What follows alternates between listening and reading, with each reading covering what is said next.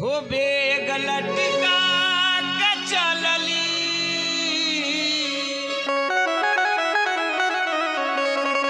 देखिए के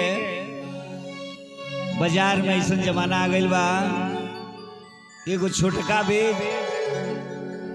नौका मेहरारू लो लटका लेता बाजार करे कैसे जाता भोजपुरी में भाव बा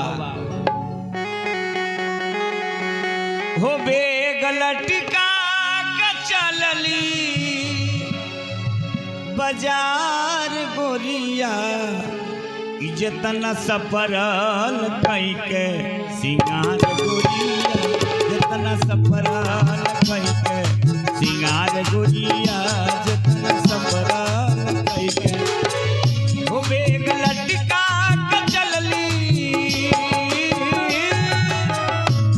बेग लटका के चलली बाजार गोरिया जतना सफरल कई के सिंगार गोरिया जतना सफरल कई के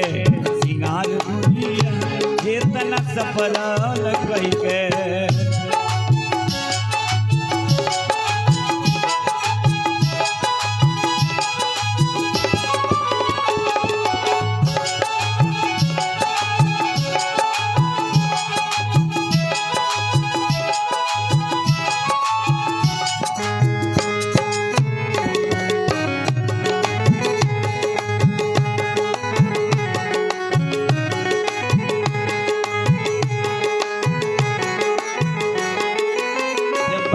चलत अड़ी त अपन सौदा दिखावे खातिर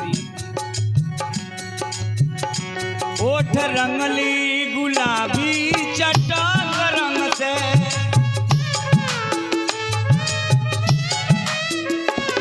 ओठ रंगली गुलाबी चटक रंग से साड़ी ढोरी के नीचे कसल ढंग से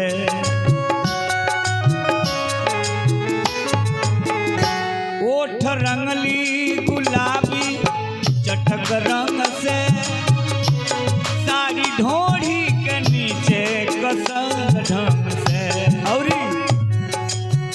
हे कजरा कनखी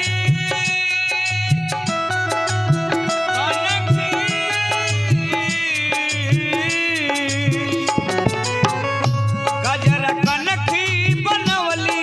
कटार गोरिया हे कटार गोरिया जतना सफरल कई के सिंगार गोरिया जतना सफरल कई के